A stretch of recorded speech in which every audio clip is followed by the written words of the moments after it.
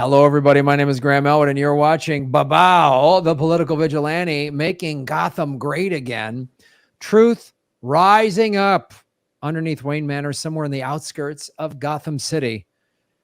So we've been talking the last 2 weeks about the FTX collapse, and I've been saying, a lot of people in the crypto space have been saying, we're going to be learning more and more about the inner workings of FTX. I want to get into that today. There's some very suspect stuff that was happening within there that is starting to come to light. And I think we are pulling the string that is going to unravel this more and more and more. I did a video showing how Sam Bankman-Fried donated over $30 million to the Democratic Party. Beto O'Rourke said he gave back his $1 million check. Beto O'Rourke's real name is Robert Francis O'Rourke because he is Irish. He's Irish as I am, or a glass of Guinness. Beto was his country club parents trying to give him a Latino name so he could get the Latin vote in Texas. But his name is Robert Francis O'Rourke. So let's just be clear on that. I know I'm sure it was an act to try to get votes, even though he just lost in the midterms. But so this was from a week ago. We've been talking about this. Obviously, the FTX thing is at a ripple effect. Bitcoin today was trading right around 16,000. Nervous as the FTX collapsed, dense institutional confidence. We've seen Coinbase, MicroStrategy, their bonds have tanked. We've talked about how BlockFi yesterday just filed for Chapter 11. And, you know, I wisely got 95% of my crypto off of BlockFi in the spring, but I made one little purchase right before this FTX collapse. I wasn't paying that close of attention, and now they're saying I can't have it. So that's what's going on with that. So this is other just stuff we've been talking about. Bitcoin, one thing we have talked about is Bitcoin is not sustaining the big losses people thought. Look, Bitcoin could still drop to 12,000. Make no mistake. In the long run, I firmly believe Bitcoin will be back to 50, 100,000 or more in the next year or two. Don't forget, in March of 2020, when COVID hit, Bitcoin dropped to $3,900. A year later, it was trading at 60,000 or more, peaked out at 69,000. So just a lot can happen in a year. But let's talk about this a little bit real quick. Who's in the FTX inner circle? This came out recently. FTX collapse. These were the players closest to the implosion. And I showed you two last week. The New York Times gave this softball thing showing Sam Bankman-Fried is just like this nerdy crypto genius who just made a couple of bad mistakes or whatever. That's not true. So this is where we're at right now. The three federal agencies, the Department of Justice, Securities and Exchange Commission, and the Commodity and Futures Trading Commission, are all probing the remains of FTX. We talked about how CZ, the head of Binance, now that's a Singapore-based company. There's now some Singaporean regulatory agencies that are investigating Binance. So the dust has not even close to settled on this. But let's just look at who was in FTX, right? So we've got the new chief executive, John Ray III, has said Bankman-Fried crypto trading empire is the biggest failure of corporate controls. This is a notable statement considering Ray helped unravel the Enron scandal to get its investors paid. So this guy came in to, like, Enron, so corrupt. He's saying this is more corrupt than Enron. That might tell you something, right? It seems that FTX client money was being gambled by Alameda traders. I showed you how there was FTX and then Alameda was one of the partner companies. That could have been standard operating procedure for years between the two closely linked firms. So that's what this CoinDesk article is speculating, that they were doing this like illegal gambling with investors' money for a while. Like, it wasn't like, oh, we made a wacky mistake, you know, and then this crazy thing happened. Like and again, going back to this quote, the biggest failure of corporate controls. So were they just bunch of dumb kids that didn't know what they were doing? Or did they really know what they were doing and they knew it was a scam from the jump? I think it's a scam from the jump. That's just me.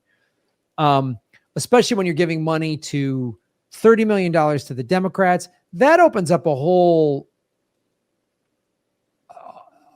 new folder of potential scams.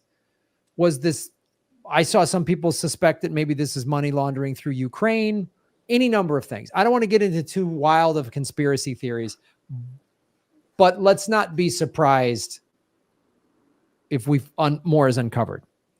The warning signs in FTX accounting, including signs of tax avoidance and misappropriation, to say nothing of Prager Metis, FTX sketchy auditing firm with an office in decentralized land. So, and there's a lot of these young kids who are part of this like altruist billionaire. They think we make money because we're going to do good things with it. That's sort of the Sam Bankman-Fried. Remember, he's always like, oh, he's this nerdy kid. He doesn't ride around in a private jet. He drives a Toyota Camry. So what is starting to come up from this sort of altruist billionaire mentality is like, do anything it takes. They use the like, if we do scammy things to get a bunch of money, but we do good things with the money, it's okay. It's like they're justifying some sort of Robin Hood mentality, but we're going to do good things with it. I don't buy that for a second. Here's some of the people. Who is Dan Freeberg? FTX Chief Compliance Officer, a lawyer implicated in an online poker cheating scandal. So there's your altruism right there. He's a poker scam artist, online poker scam. So already not to be trusted. If I was running a company and I found out this guy was involved in a scam, I'd be like, I don't want this guy anywhere near my company. But I'm not a filthy weasel like all of these FTX maggots. Then there's Constance Wang, the chief operating officer of FTX, a former compliance officer at Credit Suisse. Red flag. I don't trust this. This is one of those big, awful, corrupt banks like Deutsche Bank or JP Morgan Chase. So a compliance staffer. So that's screams of central bank scam. Who is Gary Wang, co-founder of Alameda Research and FTX? This is according to CoinDesk, their words, not mine. A mysterious ex-Googler, so he worked for Google. Point of fact, I don't know if this guy has anything to do with this, but I've shown you that we know that Google has been collecting data for the intelligence community since 2011. That we know. Was this guy involved in that? I have no idea. But working for Google, for me, raises red flags. Google, which owns YouTube, the parent company that I've been demonetized since February of 2021. We're coming up on 2 years of me being demonetized by this company. And this person worked for this company. He was a chief technology officer, Sam Bankman-Fried's childhood friend. So these young kids hatched a plan to be filthy, corrupt scam artists. That was their plan. To join us today to talk more about this and their interpretation is our friend of the show, and we've had her on the show numerous times to talk about crypto. She has her own podcast, Crypto Kitty. I'm so anxious to hear what she has to say about all of this FTX fallout. Let's please welcome back to the show, Rosie Tran. I'm back with my Hi, Rosie. Hi, Graham. Thank you for sharing all of that interesting information. I have more information as well to share, but I'm interested to chat about everything that you just discussed, and a lot of heavy and crazy stuff. So obviously you're way into crypto. You're one of the first people I had on the show 2.5 years ago to help inform myself and my audience about crypto. And now I feel a little more knowledgeable about it. I wouldn't know that I'd call myself a crypto expert, but this is clearly, I mean, all of our crypto portfolios are in the tank because of this guy, and all of the exchanges that had assets under control by FTX in one form or another. So we're seeing like BlockFi has seized assets. You're seeing a lot of other exchanges have withheld assets. You know, this is a dangerous time right now. So but I was also going to say, but also a potential, in my opinion, to buy up some Bitcoin at a low price and hold on to it. But anyway, so tell us, as someone that follows this, you have a podcast where you talk about this. What is your reaction, or to the information I just showed, but also, I mean, overall, how do you see all this? Like, what do you see caused this FTX scandal? Yeah, so most people in the crypto community are very upset about this because we feel that it's putting crypto back 3 to 5 years. As you know, and some of your followers might know, crypto is trying to be the money of the people, and this is definitely detracting away from this.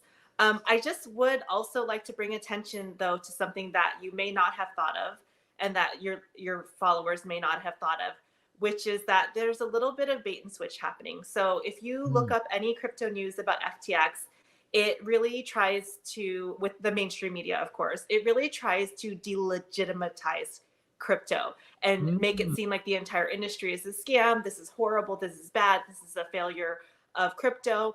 And I don't know if you've been following kind of the underlying news, but the Federal Reserve, of course, just announced that they're going to issue their Fed coin in July 2023. So they're trying to make us go away from Bitcoin and crypto, which is decentralized, and go towards the corrupt Wall Street Fed dollar that they're going to be issuing July of 2023. So that's something that I really wanted to bring attention to, is that any mainstream news article is just really blasting the crypto world in general, and not really focusing on that FTX and his entire group of cronies was, really, really corrupt players in the game. And there's other legitimate crypto companies out there that are helping people. But not just that, the fact that, Graham, if you hold Bitcoin in your own wallet, then you're your own bank, and you don't need FTX, and you don't need, FedCoin or JP Morgan Chase or any bank at all. You are your own bank. You can custody those coins on your own decentralized wallet.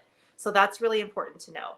And so I just wanted to bring attention to the fact that, like I said, the Federal Reserve is issuing their own central Wall Street bank coin next July 2023. And so that is something that's just something interesting to note, that they're really, really trying to delegitimize the crypto market.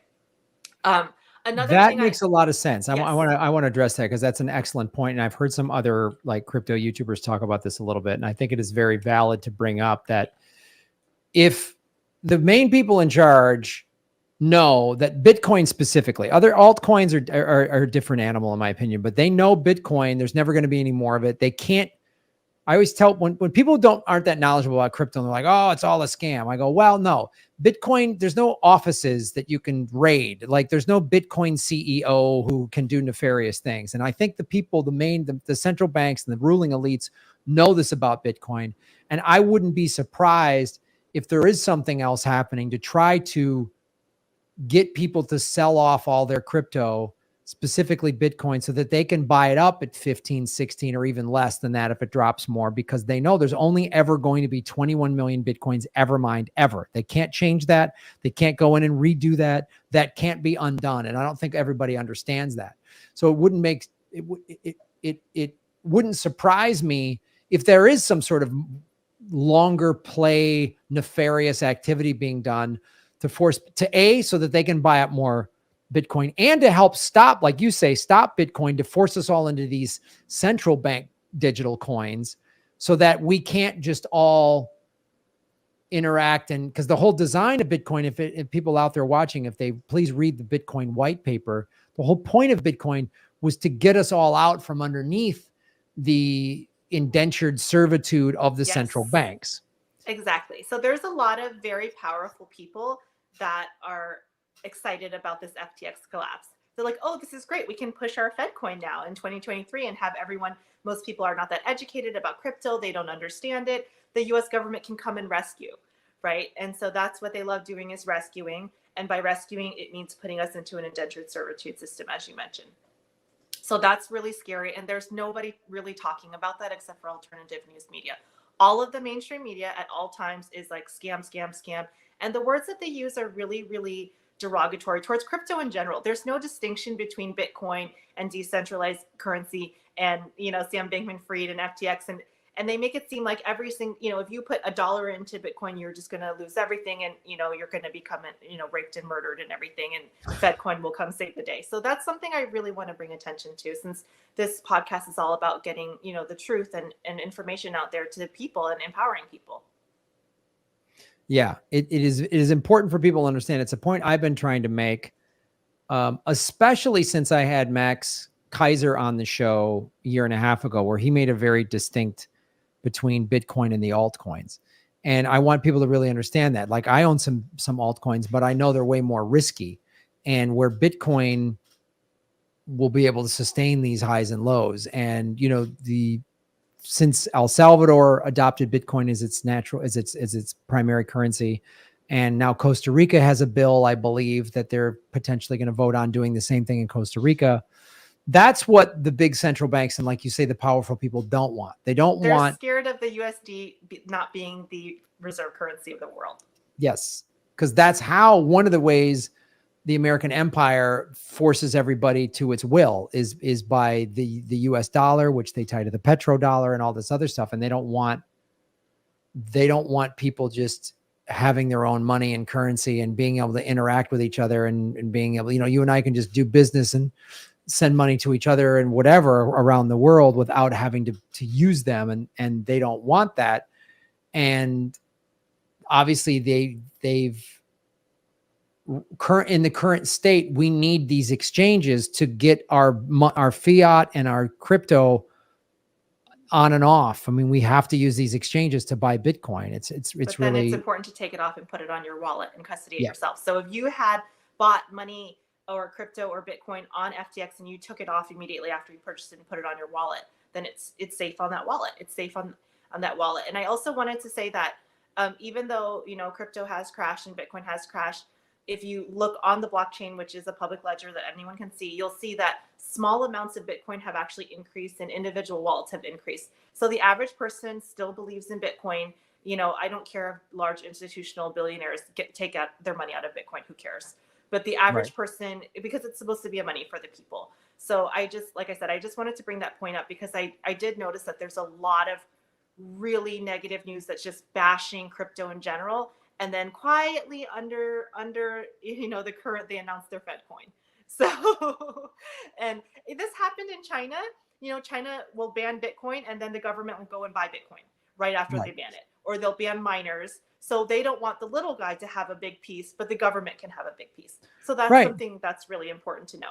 Another thing I wanted to say is that the SEC and that the Securities Exchange Commission and all these federal agencies are running now saying, well, we need to find out what's happening. We need to find out what's going on and do a big search.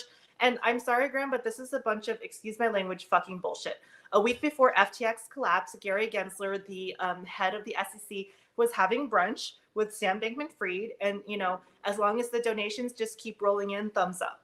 So he literally, this is not a conspiracy theory. This is not made up out of thin air. You can look it up online. Gary Gensler, the head of the SEC, was having, you know, brunch with Sam Bankman-Fried a week before the collapse, and everything was, you know, handy dandy, thumbs up, you know, just keep those donations rolling in. So they're now coming in and pretending like they're doing their job and let's, you know, regulate corporate America. Well, you know, millions of people have already lost their savings and their life savings. Some of them who were maybe not in sophisticated crypto investors or understanding the difference between an exchange or keeping it on a hardware wallet. And those people have lost their money. You know, FTX was the third largest crypto exchange by volume in the world. And so a lot of people were using those services. So I just also want to bring that to attention that, you know, they're coming in, you know, the US government's going to come in and regulate. And, you know, I used to work at Wells Fargo. I've talked about this on your podcast before. And instead of, you know, punishing the big corporate investment bankers as a 30,000 a year, you know, very low paid employee, I was subjected to all sorts of probes and due diligence and compliance. So I just think this is business as usual, unfortunately, by the U.S. government.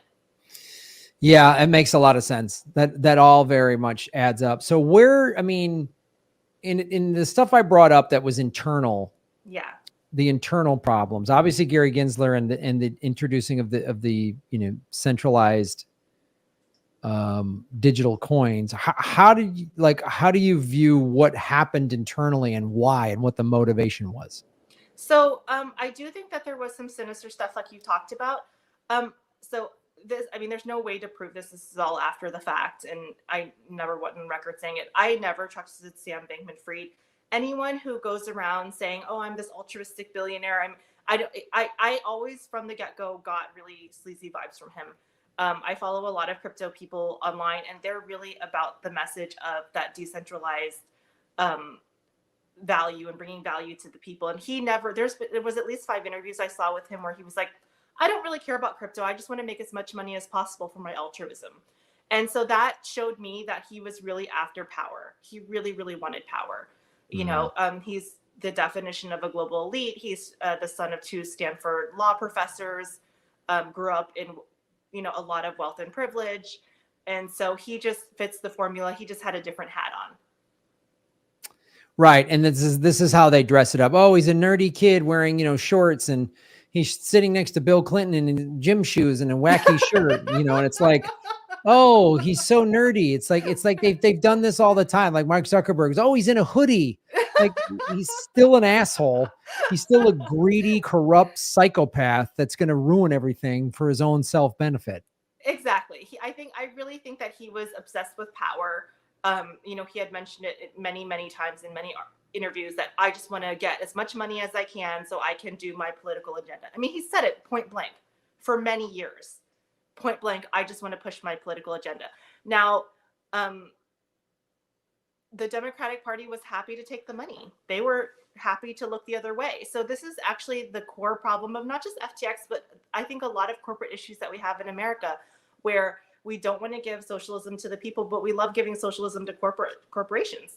Right. Right. And so we have this problem of you scratch my back and give me $30 million in donations, and I'll just look the other way regarding corporate compliance. Like I said, proven, this is not a conspiracy theory, head of the SEC having brunch a week before the collapse saying thumbs up. So this is more of a systemic issue with how the government deals with business. Yeah, totally. It's just like, yeah, you buy off enough politicians, you can get away with just about anything. So the internal problems of FTX have nothing to do with crypto. They're just the same it's the same dog and pony show, just a different business. Right.